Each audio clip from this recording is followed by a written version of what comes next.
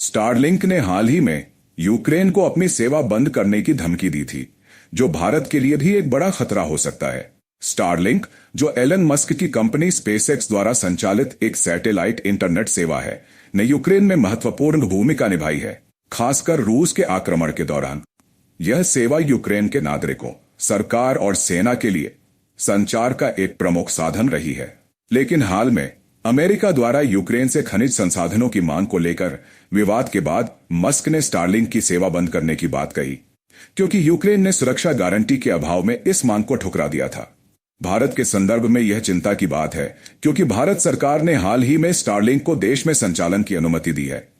अगर भविष्य में भारत के साथ भी कोई ऐसा विवाद होता है, तो स्टारलिंक भारत में अपनी सेवाएं बंद कर सकता है या इसका दुरुपयोग कर सकता है। इससे भारत की राष्ट्रीय सुरक्षा को खतरा हो सकता है, क्योंकि यह सेवा संचार और सैन्य गतिविधियों के लिए महत्वपूर्ण हो सकती है।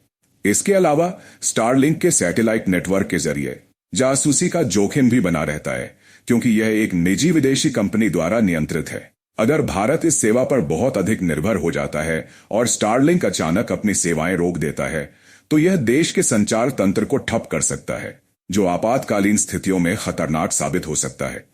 इसलिए भारत को स्टारलिंक पर निर्भरता से पहले अपनी स्वदेशी तकनीक को मजबूत करना चाहिए और इस तरह के खतरों से बचने के लिए वैकल्पिक योजनाएं तैयार करनी चाहिए।